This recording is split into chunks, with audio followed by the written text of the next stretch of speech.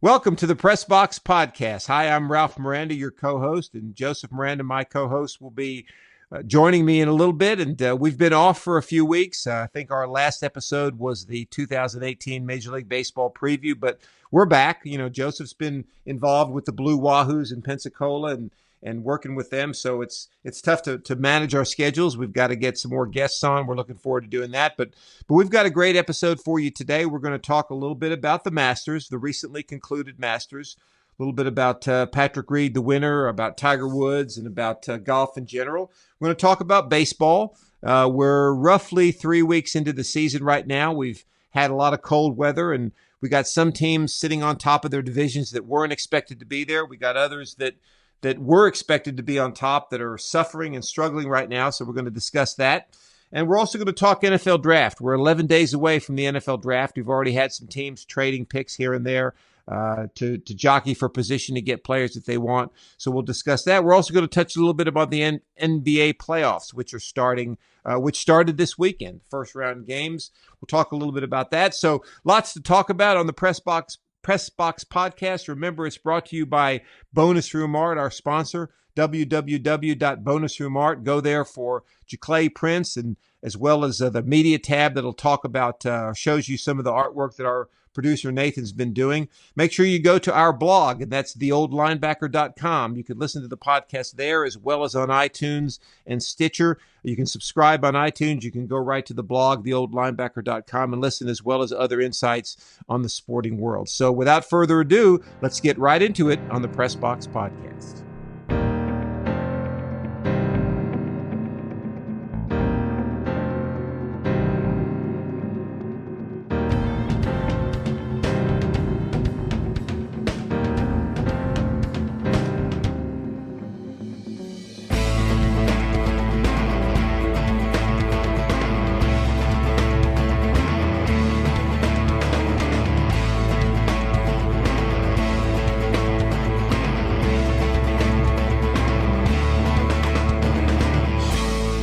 So back again on the Press Box Podcast. It's been a little while since we last had the podcast, but since then, one major event that's definitely happened is the Masters. And I know we talked about the Masters in preview format a little bit in our last podcast, but now that it's happened and we have Patrick Reed as the winner, not exactly the guy many people would have picked, not exactly the guy many people would have picked, or maybe even were rooting for at the outset. But your initial take on the Masters, I didn't get to watch as much of it as you did, but just what were your feelings after those 4 days of golf? Well, you know, it was really kind of an interesting tournament. I think there was so much hype on the front end on Tiger Woods and on Phil Mickelson, actually, because Mickelson had won the WGC event in Mexico a few weeks before that, and Tiger had played so well at the Valspar and so well at the Arnold Palmer that a lot of the hype was on those two guys. And then there was also a lot of hype on Rory McIlroy because he was trying to go for the career Grand Slam. And then, of course, you had Jordan Spieth, who always plays well there. Right. So I think Patrick Reed kind of snuck up on everybody. And, I mean, heck, he led the tournament for 3 rounds. I mean, he led it after the second round, the third round, and, of course, at the end of it, Jordan Spieth had the lead after round 1, but double bogeyed the first hole on Friday and bogeyed the second hole, and really was never the same until Sunday when he went into the day basically out of it anyway. So it was kind of a strange Masters, I think, because of the expectations, and you know, everybody was kind of waiting for Tiger to do something, and he really couldn't get his irons dialed in. You know, Sergio, the defending champion, made a 13 on one hole. Yeah, how about that? You know, so that kind of he shot himself out of the tournament on one hole. Yep.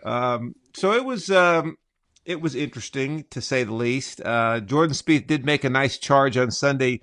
Gosh, he shot a 64, and had he parred the last hole instead of bogeying it, it could have made things pretty interesting. Or even if he would have birdied it, he would have probably been in a playoff. So that made it a little interesting. But I think a lot of people, the majority of golf fans, I think, do not like Patrick Reed. And there was a little bit of the luster of the Masters taken away with him winning it because of his past and some of the things he had gotten into. And there's been a lot of rumors about, his attitude and that he may have cheated in the past and just a lot of things going on that I think the golfing world, in fact, I had a golf pro tell me that he is the least liked player on the tour. So that tells you right there that, that he really wasn't the popular pick, if that makes any sense. So. Yeah, definitely. To talk a little bit more about Tiger, you mentioned, him having played well leading up to the Masters. Do you think that he was maybe a little there? Excuse me. Do you think the expectations were a little too high based off those recent tournaments? Because when you look at him coming out of December and January, he was basically starting from scratch. No one knew if he'd be healthy or not, and then showed some of those flashes here in the past few weeks. So do you think people had too high expectations, or do you think he kind of underperformed here? No, I think the expectations were definitely too high. And I think that, and the interesting thing about it is it's kind of a total reverse of the way things used to be. And what I mean by that is if you go back to 2014 and 15, when he was starting to have some of the back problems, Tiger was the guy who made the expectations high and didn't deliver them because every time they'd ask him, he'd say, I'm here to win. Yeah. Winning is the most important thing. Okay. But then he wouldn't perform. All right. Well, this time it was totally reverse. I mean, Tiger's been telling these people for 3 or 4 weeks, hey, I'm just glad to be back on tour. 6 months ago, I didn't even know if I was ever going to be able to pick up a golf club again. All right.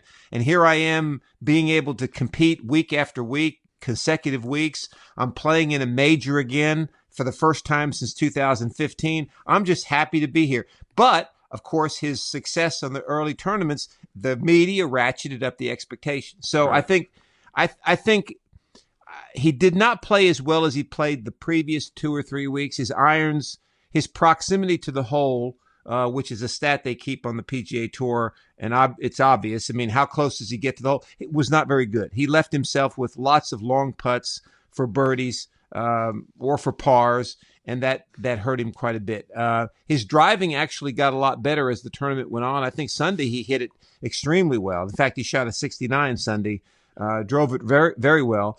But he still his driving his iron accuracy was not very good, and his putting was not quite as good as it could be. I think he did a really good job considering where he's come from, and I think if he stays healthy, we keep saying that he's still going to be a force to be reckoned with at some point down the road. Yeah, absolutely. And I don't have the stats in front of me, but he didn't take advantage of the par fives either, like he needed to, and exactly. And has in the past as well. So exactly, yeah, exactly. And you've got to do that at Augusta. I mean, at Augusta, you have got to take advantage. I mean, if you figure if you play, there's 2 par fives on each side, right? So that's 4 par fives every day. Right. So that's 16 par fives that you're going to play in the 4 days of the tournament. All right. You have got to birdie at least 10 of them. All right. So and if you play par golf from there on out, you got a really good chance to win the Masters. Yeah. And you're not going to play par the rest of the way out, but you're right. You got to take advantage of the par fives. There's no question. Yeah. So, I mean, so taking that on into account here, let's look ahead real quick. I think he officially entered the U.S. Open this week or the past week. He did. Yeah. So that'll be the next big focus for him. I think they have the players before that, but they do. Yeah. But the next major is obviously the U.S. Open, and it'll be the 10-year mark since his last major at this point, which is it's kind of hard to believe. But that's being held at Shinnecock Hills, and I know that you've said that you don't think he can win another U.S. Open going forward. You think that if the majors he'll collect going forward. Correct me if I'm wrong. You said with the Masters and maybe a PGA, right? So, right. What about the U.S. Open do you think is going to give him trouble? And in your mind, having had his days winning the U.S. Open being done at this point. Yeah, that's a really good question. Let me go back one step first. I think you mentioned the schedule. He has committed to the U.S. Open, and I think that. I believe he'll play in the Wells Fargo, which is the first weekend in May, I believe, or maybe the last weekend in April. The one in Charlotte, right? The one in Charlotte, right? Yeah. And then, of course, he'll play the week after that in the Players. Yeah. And then I think you won't see him again until probably the Memorial, which is Jack Nicklaus's Right. tournament, which will be the end of May, and then again the U.S. Open. So that's Right. what I think personally think his schedule will be Right. between now and Shinnecock Hills. Now, to go back to your other question, um, the thing that's always been imperative with the United States Open track is you got to be able to drive the ball well. I mean, they've lengthened the courses that they've used for the U.S. Open, but they're always very narrow, and you always pay an extreme penalty for being in the rough or off the fairway. Right. And Tiger's never been a great driver, but lately his driving has been tough. Part of it because of his back, and part of it, just his swing. But I think that's why I think it's going to be tough for him to win another United States Open is purely keeping the ball in the fairway and being able to attack greens properly and not have to attack them either defensively or too aggressively from a lie in the rough that is not favorable to keeping the ball on the green. All right. So I think that's why I think he's going to have trouble with the United States Open. Now, they could play it ultimately at a course that suits him and that, he has a good week, but I'm not saying he can't win another U.S. Open. I'm just saying I think of the four, that's going to be the toughest. And then another factor that you run into here, which nobody really has talked about yet, is this year's U.S. Open is the last one of his 10-year exemption that he got from winning the U.S. Open in 2008. And the U.S. Open is the only one of the four majors that you don't get a lifetime exemption for. So next year in 2019, he's going to have to qualify for the U.S. Open. And to do that, and I don't know what all the rules are, but I'm sure it's got something to do with your ranking in the world rankings, how many tournaments you've won. So I think, and I may be totally off base on this, that there is a real possibility that next year he may not qualify for the U.S. Open.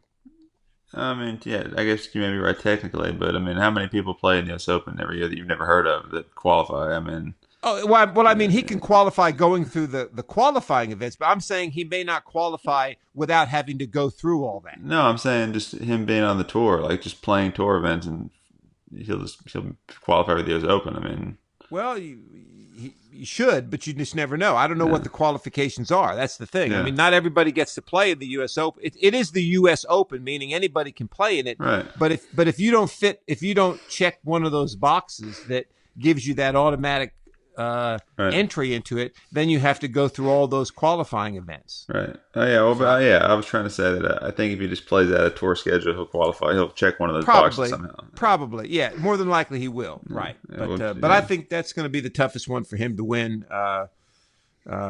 Only because of the nature of the course. Yeah. Okay. So I mean, like you said, that'll be in June. So we'll talk more golf here on the podcast. Yes, we will. As we have been, and we'll talk a little bit about the Players as well, which is considered the unofficial fifth major, if you will, among the golf schedule. So that'll be a pretty big deal as well. So and next year, let me interrupt you real quick before you go on. Next year, if you remember, next year the Players will be in March next year. The Masters will be in April. The PGA is moving to May. The U.S. Open in June and the British Open in July. So next year it's going to be a totally different format as far as how they play them. And they did that for two reasons. One, when the Olympics roll around again, you won't have a crowded schedule like they had in 2016. And also now that they have the FedEx playoffs, that clears the deck in August for the FedEx playoffs without having to worry about having a major in August. Right. Yeah, and I think that that makes sense, even though it may take a while to get used to just golf fans in general, following the schedule. Right. But I think it does make sense, like you said. It does. I agree. Yeah, so let's move on a little bit now and talk some baseball. I think one of our last episodes, was an MLB preview episode. Yes, it was. So here we are about almost 3 weeks in, I think. Right. Just a little shy of 3 weeks. So let's talk a little bit. Let's talk some first impressions. I mean, right now you've got the Mets and the Red Sox sitting atop baseball in their respective leagues. Right. And the Mets were a team that we talked about a little bit in the preview, where they got to the World Series in 2015, largely on their pitching. Right. Syndergaard had a great outing today, and it looks like they've at least found the formula that can take them to the top of that division. And the question is, and we've been texting about this with Uncle Joe, who will undoubtedly make another appearance here soon to talk Nationals. But No question. we've been texting a little bit about if the Mets can be for real. Well, what's your take on the Mets so far? Within these first 3 weeks. Yeah, well, I mean, I think obviously what the Mets are getting right now is they're getting strong outings from their pitching staff. Now, yesterday they didn't get one from Harvey. He had a poor outing, Yeah. and the Brewers snapped the Mets 9-game winning streak yesterday. But they've been getting excellent pitching. They've been getting timely hitting from guys like Rosario and Conforto and Cespedes. And they've had no injuries. Right. And so I think that's a recipe for being 12-2, which the Mets are. So, yeah, they can be for real if all those things continue, especially their pitching. I mean, if Syndergaard and DeGrom and Harvey and Wheeler, and if they can get anything out of Matz, I think the Mets are going to be tough. They're going to be a force to be reckoned with. But the Nationals have a lot of talent, and I think they just have to find their stride. I mean, anytime you got a new manager, it just takes some time, and let's face it, Uncle Joe is right. And the Nationals have been they've been underperforming. I mean, the Nationals, they should not be 7-9 right now. I mean, but they are. But it's still early, obviously. Right. Yeah, I mean, then you take a look at the American League East. Like we said, we mentioned the Red Sox, who have a really good team that's really young in a lot of places. They have a lot of young position players that are contributing. It's going to be like, and we said this, it's going to be them and the Yankees going down the stretch. Yes. And with the Yankees so far, you've kind of seen the highs and lows. Stanton with a big opening game with the 2 home runs, and then a few games with, I think he had one game with 4 strikeouts, multiple strikeout games. He had 2 with 5 strikeouts. Right. So there are a lot of strikeouts, Branch. Yes, I mean that's gonna. I would expect that more from Judge, the strikeouts, because I think Stanton has actually a pretty good swing. But once he gets going there, I still think there's going to be big home runs out of Stanton. It's going to be them and the Red Sox, and I think that, I don't know. Right now, I don't know if the Red Sox have a better record, but I don't know if I can give the edge over one team or another, because Price is going to have to show that he can, put a lot of reliable starts back to back. And, you have Porcello, who had a good year 2016. If he can revert back to that, they're going to be in a good spot too. But that's going to be an interesting division all summer for sure. Yeah, it is. And Price did not have a good outing against the Yankees this past week. I mean, that was the one game the Yankees won. The Yankees have always hit Price well back to his Tampa and Detroit days too. Yes, they have. And Stanton, it had gotten so bad for Stanton there the first week that there were no-name pitchers challenging him with fastballs because he just couldn't hit them. I mean, he looked really bad at the plate. But, the funny thing is, most analysts, the Yankees' poor start is not Stanton. I mean, they've been lost in the Stanton thing because of all the money. The Yankees' poor start has been their pitching. I mean, and we've talked about this all along. They're not getting quality outings from their starting pitching, and their bullpen has not been the bullpen that it was last year. I mean, and that's really what's hurt the Yankees. They've lost a couple of their games that they were ahead by 3 or 4 runs in, and the bullpen just couldn't hold it. So that was the thing that you and I talked about was going to be the suspect going into the season, and it turns out right now that that's the thing that's holding them back, and that's why they're sitting at 7-7 right now. Yeah. But I have to give you kudos on one thing. When we were doing our preview, you mentioned the Angels, and you talked about the Angels, and gosh, the Angels are sitting there at 13-3. Yeah, absolutely, and in large part because of Ohtani, who we talked about a little bit before too, who it turns out may be able to do both hit and pitch. I mean, the early signs say that he can. I mean, we saw the stat that he hit a home run. He won a game on the mound and then hit a home run in 3 straight games before his next start. And Babe Ruth is the last guy to do that. So right, exactly. He's far from Babe Ruth yet, but I mean, it is interesting. I mean, I thought that, at least initially, that his bat would be a little bit ahead of his pitching. Just because I think that the major league hitters he's facing are heads and shoulders above the hitters he was facing in the Japan leagues.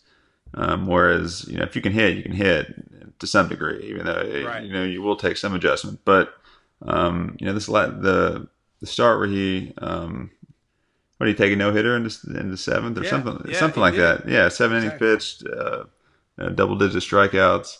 And continues to swing pretty hot bat right now. The Angels, and they have Trout, who's doing what he usually does. So, Yeah. the Angels are going to be a force to be reckoned with. With the Astros, that's another division to watch there.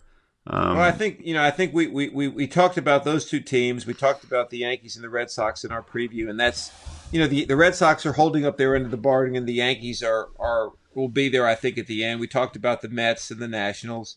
The Diamondbacks yes, are in the yes, lead of their division. yeah, The Dodgers are struggling right now. Kershaw, Kershaw. How about him? He struck out 12 guys today in 7 innings. Of course, they beat the Diamondbacks, but he had his first two starts. His ERA was like under 2, and he didn't get the decision. Had no run support at all. right, right. But the Dodgers will be there. They're struggling too right now. They're 5-9 at the moment, which is really unbelievable. Yeah, you look at their lineup. You talk about the lack of run support. If you really look, they really don't have a lot of big time bats in the lineup that you can bank on to produce. You have Puig, who is kind of hot and cold. Really, he was more steady last year, which helped him a lot. Through the playoff run. But besides him, you got a lot of guys that are kind of hit and miss. Now Turner's out with an injury, who had a great year last year. He's a pretty steady hitter you can rely on all season. But other than that, if you just look at their lineup, you might think, they're going to have some trouble, supporting some of these pitchers from time to time.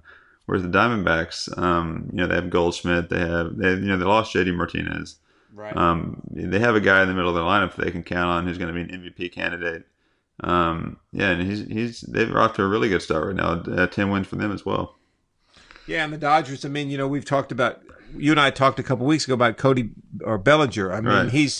They figured him out. They figured out how to get him out, and he hasn't been able to make the adjustment yet. So that's going to hurt the Dodgers as well. And then you look at a team like the Pirates in the Central. They're 11-4. Who thought they were going to be 11-4 after losing McCutchen and some of their pitching. So right now you've got some teams on the top of divisions that it's early. You got others that are expected to be there, and then you got some that were supposed to be on top that are not and are struggling, which I think is just kind of normal par for the course. Early in the season. Yeah, and I'll go ahead and say here when we were texting Uncle Joe, and he was throwing out some very harsh early opinions. There's roughly 148 games left, so right. It is April 15th, and let's check back July 15th or August 15th when some of these teams will even look a lot different because of the trade deadline and all that goes along with that. But we'll definitely keep following the baseball season, of course, on the podcast. We'll have Uncle Joe on again to talk some Nationals and maybe a variety of other guests to talk some baseball, because that's really something interesting to follow, I think, this year. Yeah, it really is. I think it's going to be an interesting baseball season, and I think that, like you said, we can get a lot of people to give us some feedback on what's going on in the world of baseball. No question. Absolutely.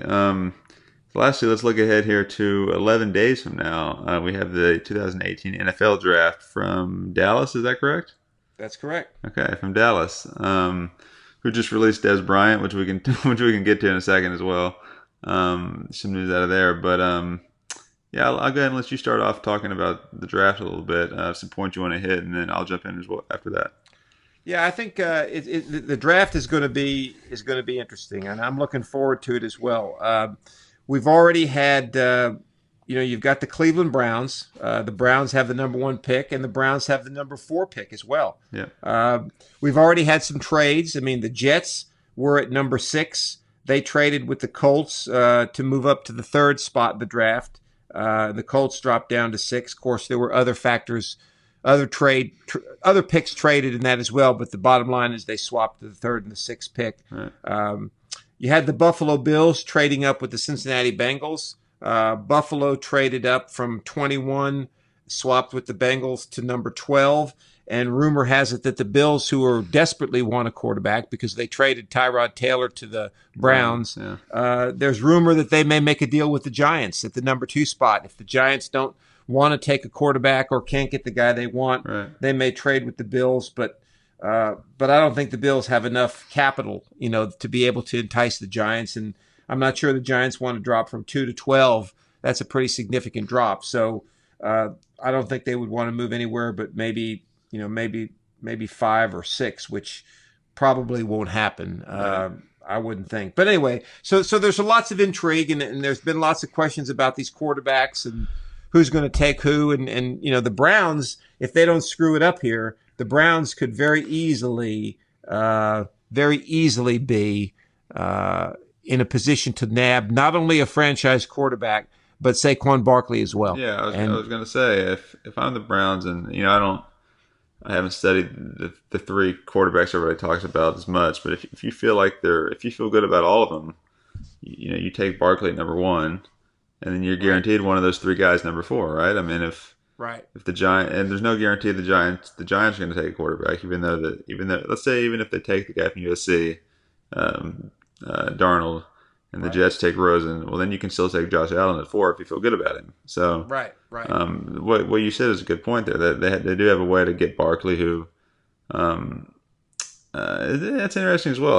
What do you think about Barkley? I don't think he's Adrian Peterson. I mean, but then again, you talk to a lot of people that say he's a franchise running back that's going to change the formation of your team. What's your take on him?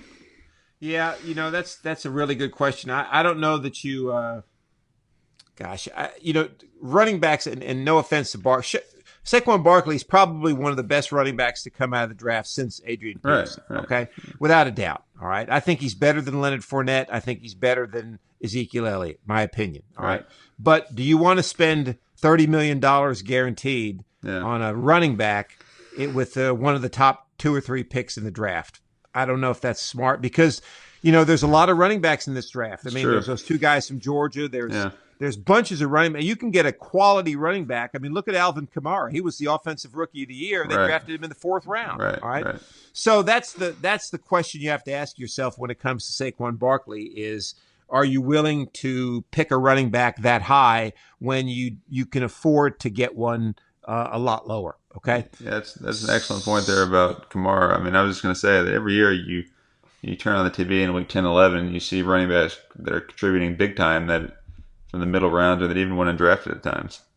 Right. Exactly. Yeah. And really your running back, your running back's not going to make your team. I mean, if you have a good offensive line and a good quarterback, look at the Saints. Go back to that. Drew Brees and an offensive line. Yeah, Alvin Kamara was able to come in and be successful. So I think you need to build quarterback first. Obviously, I think you got to have a strong offensive line, and then you got to have defense. But the Browns, they drafted the Myles Garrett last year, number 1. So they've got their defensive guy. They've picked up some defensive guys. So I think they will take Saquon Barkley. There's no question about that. The only question is, will they take him 1 or 4, like you said? And I probably would lean to the fact that they'll take him 4 because I think they know that the Jets are not going to take him because the Jets obviously traded up to 3 to get a quarterback. And the Giants, I do not think the Giants are going to take Saquon Barkley at number 2. So the Browns can get him at 4 and have their franchise quarterback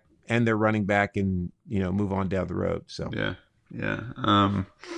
Specifically with the Giants here, I mean, you see it as more of a take the best player available at 2, or do you try to hone in on a need that you think they have? Yeah, that's another good question. I think the question with the Giants, which nobody can answer but the people that are sitting in their draft room, the general manager, is do you feel like you have to have a quarterback this year? Okay. If the answer to that question is yes, all right, then you got to figure out who you want. All right. And if you want Sam Darnold, say, and the Browns take him, all right, then you've got to trade that number 2 pick because you can't take Saquon Barkley with it, I don't think. Mm-hmm. And you can't take an offensive lineman with the number 2 pick.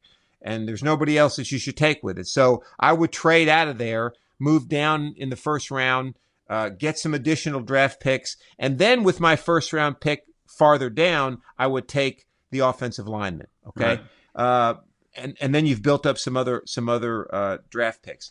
But if they feel like the quarterback they want is there, then they should take him with number 2 if that's what they believe they need to have. Personally, I think the Giants are one of those teams that need a lot of players. I mean, they have needs at offensive line still. They have needs at a running back. They have needs on the defensive side of the football. So, the more picks you have, the better, in my opinion. Yeah. So yeah, and they're one of those teams that I think we talked about this once before too, or maybe it was just you and I off the air, that the Giants are the only team in the NFL that has nobody on their roster that was drafted in the 3rd through the 6th rounds since 2000 and I think 11 or 12. Right. And that's unheard of. That shows you the poor drafting the Giants have done. So they need lots of picks, and they need to make good quality picks, and they need to build that team. I think Eli Manning can give them 1 or 2 more years without question. And if Odell Beckham comes back healthy, I think they have a chance to be somewhat successful. So we'll see. How about the Cowboys? I mean, let's talk a little bit about that. I mean, they cutting Dez Bryant, which was a little bit of a shock because I don't think they even offered him a pay cut. I think they just cut him. Right. Yeah, that's what he said. He was never offered a pay cut. But that is interesting. I think that tells you a little more than just that they weren't happy with what they're getting for their value, because they could have asked him to take less money. I think that they were just kind of done with him for whatever reason. Where, I mean, he's had issues off the field, on the field, as far as like sideline stuff, for years now. And it's just one of those where I felt like, or they felt like, we don't really need to put up with this anymore, because no matter what we pay him, we don't think he's not producing on the field what we need him to produce, basically. Well, you're right. And to me, the wide receiver is the most prima donna position in football, okay? You look at these clowns on the NFL pregame shows. I mean, the guys that were wide receivers are the clowns, okay? I mean, they always want the football. Oh, they got to have the football. Yeah. Well, if you're a receiver that's going to be a complainer and he doesn't get you can't get the football all the time, okay? And I think Dez Bryant was one of those guys that you could see frustration building when they wouldn't throw him the football, or he wasn't, they weren't trying to target him. Then you add to that the fact that, he couldn't run all the routes. I mean, basically all he could run was a go route and a slant. Yeah. So he became expendable. I mean, there comes a point when, someone's attitude is such that nobody wants to deal with him anymore. Right. So I think that's what hurt Dez Bryant more than anything else. And it's going to hurt Odell Beckham too, because, if he continues his stupidity of, I'm going to hold out. I mean, the Giants are going to trade him. If they get the right offer, they're going to trade him. Right. So. Same with him and Antonio Brown in Pittsburgh too. I mean, exactly. When you're arguably the best receiver in the league, you can get away with some stuff, but it's going to, like you said, it'll catch up eventually. And it's how it works in the NFL. Guys, when you can save some money on the salary cap by also getting rid of maybe a problem type player attitude wise, and they're going to do it. Right. That's exactly right. I mean, and the Patriots are a classic example of that. I mean, as much as I dislike the Patriots, they've been able to mix and match guys for years. Now, you could say, well, they've got Tom Brady, and that's true, they do, but you need more than a quarterback, and they've been able to pull guys out of that thing and put other guys in. It's like a machine. They just keep moving the machine down the road by exchanging the parts, and they don't put up with crap. And, so yeah, it can be done. I mean, you just have to have the right personnel and the right system and be committed to that culture and that system. Yeah, I almost think that they go too far the other way, where I think they feel like we don't need anybody, except for maybe Tom Brady, but yeah, well, that could be. Yes, and then they always seem to work out in one way or another for them. But when we talked about this, just benching Butler for the Super Bowl because they felt like, yeah, we can win without him. It obviously didn't help them. So no, it didn't help him at all. Didn't help him at all.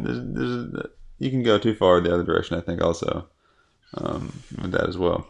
But anyway, the draft will be interesting. April 26th, which is a week from this coming Thursday. We're taping this on Sunday, April 15th, so 11 days, and it should be interesting. I think there'll be some more trades coming along before or swapping of picks and stuff. So hey, I did want to ask you that it wasn't on our agenda of things to talk about, but I thought I'd bring it up.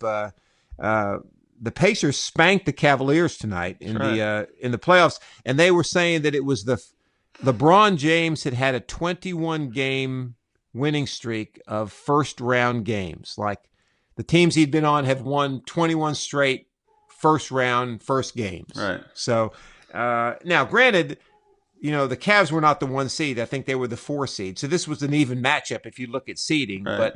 But didn't that surprise me a little bit? I don't know if it surprised you to see that they got beat so badly. It did surprise me for sure. And you mentioned the seeding there. I think it was a 4-5, right? Yeah, 4-5. Okay. Well, I mean, it may be a 4-5, but the Cavaliers I think are widely expected to win that series, right? For reasons like you just mentioned that stat, where usually LeBron's teams take care of business in the first round. But if you look at the Pacers, I mean, they're a team that's not afraid of LeBron teams historically, right? If you go back to even the Heat days, they had some battles in the playoffs with guys like Lance Stevenson is still there, like to antagonize LeBron. Right. And this Pacers team with Oladipo had a great year. The Thunder basically gave up on and traded over there. Right. So the Pacers are going to have something to say in this series. I think that if Cleveland comes back and wins the next game and even wins game 2, then people are like, oh, okay, there's nothing to that. But I think it definitely has a chance of going 6 or 7 games for sure. And the Pacers are going to give the Cavs all they want. Yeah, I mean, I agree with everything you said, and that's really good insight.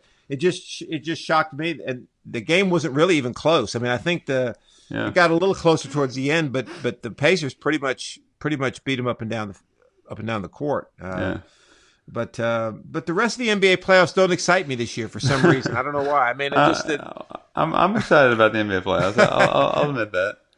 Well, I think that, I mean, Curry's not going to play in the first round with an ankle, so I think that it's a little more wide open this year than in years past because of the Warriors' health issues, and you have the Rockets, who are a legitimate title contender. I say a little more wide open, but I think that the only teams that actually have a legitimate shot at winning the championship are the Warriors, the Rockets, and that's maybe it. Yeah, I can't really take Toronto too seriously right now. No, I can't either. No, I mean, Toronto has got to prove to me that they can get past the Cavs for one. That's true. Yeah. But yeah, I think and really the Rockets have to prove James Harden has to prove to me that he can play. Same with Chris Paul. I mean, they haven't had traditional playoff success. You're right. I mean, I think it's the same in any sport. You have to kind of associate it with basketball too. When you're the champs, like the Warriors basically are, I'm going to call them 3-time champions. I mean, the Cavs did beat them 2 years ago, but they've been that good. And until you figure out a way to knock them off, I'm going to have to say they're the guys that have to be beaten. And they spanked the Spurs last night without Steph Curry. Of course, the Spurs, you can argue, are not the same team without Kawhi Leonard. Right. But still, they beat them pretty badly, and I think they're going to win that series. So somebody in the West is going to have to prove to me they can knock off the Warriors. And with James Harden's performance in Game 6 last year in an elimination game, he's got a lot of proving to do for me before I crown him, a champion. Yeah, that's true. I totally agree. And I do think that I do think he's the MVP this year. I don't know how much. Oh yeah, I agree with that. I think agree with that. Yeah, I think that, especially in everything how it went down this year, you have to give him the MVP. But you're right, you're totally right. Especially the last time you saw him in the playoffs, it wasn't a good look for him. No, it wasn't. And then he went out partying all night the night after the game. That's right. Didn't look good either. So very interesting. But anyway, lots of good stuff going on, and we've got more golf coming up over the next few weeks. Baseball, we'll get into the weather will start getting a little warmer. I mean, gosh, I think the Yankees got 3 games rained out. They got rained out Saturday, and then they got the doubleheader rained out today. The Twins got blizzarded out up in Minnesota. Right. So I think the weather will start getting warmer, and some of that pitching will start coming around, and Uncle Joe can be a little more at ease when the weather gets warmer and the pitchers start doing their thing. Right. Um, And real quick, that reminds me. I think we were talking off air, but you'd mentioned something about that baseball starting earlier and earlier. I guess it's late March now, and that right. you look at this slate of games, and you have a handful of games this season getting snowed out or rained out. It's horrible weather. Where you said they should start it all in the warm weather cities, right? Right. Right. Yeah, I think we went through and picked them out. Where maybe you have somebody like Atlanta's the only questionable one, but start them all in the warm weather or dome cities, Right. and then you get a great opening weekend to the baseball season. Yeah, I think that's and I think I can't take complete credit for that because I heard somebody I think it was on the radio when I was driving Oh, a okay. week ago was talking about that. So I'm not going to be the one to Okay, take that's credit right. for it. Okay. Yeah, but I will say that I agree with that. Yeah. And the thing is the point was that if you want to open the season in March and have games in late March and early April, set your schedule so that the warm weather teams or the slash dome teams have the majority of the games early in the season. So you're not going to have these rainouts and these snowouts because one, that plays havoc with the schedule and plays havoc with your rotation. Right. And two, pitchers don't function very well in cold weather. I mean, they just don't. Yeah. So, so that was the concept was that start your season. And I think what he was saying was that there's 14 teams that either have a dome or are in warm weather cities that you could work that out. And like his point was that the first weekend of the season, the first series was Dodgers Giants, and it's like, why do you put the Dodgers and the Giants together, right? Make it the Dodgers hosting and the Giants hosting, and have them playing, either the Twins or the Red Sox or something from a cold city where there's bad weather, so that you can have a true opening weekend. And I think that's smart. I mean, because look at what you've got so far. I mean, you've had tons of games already postponed, rained out, snowed out, whatever, or you're playing a game. Yesterday, the Cubs played in torrential, or I shouldn't say torrential, in horrendous weather. And even Joe Madden said afterwards that both teams suffered from it, and the errors that were made were a function of the weather. I mean, it was windy, it was cold, it was spitting snow, and that's just not baseball weather. Yeah. Absolutely. So that's definitely a good thought. I just want to touch on before we sign off here. But we thank you for joining us on today's episode of the Press Box Podcast. Like we said, plenty more to talk about coming up, and we'll be sure to have a few more guests on. It's been a while since we've had a guest, so we're going to have that coming up for you guys shortly as well. Be sure to subscribe to the podcast in iTunes. Go on there, search Pressbox Podcast, subscribe, and you'll get the episodes as soon as we post them. And also follow us on Twitter at PressboxPod for the latest there as well, as we try to keep that going as well on social media. So for Ralph Miranda, this is Joseph Miranda signing off for the Pressbox Podcast.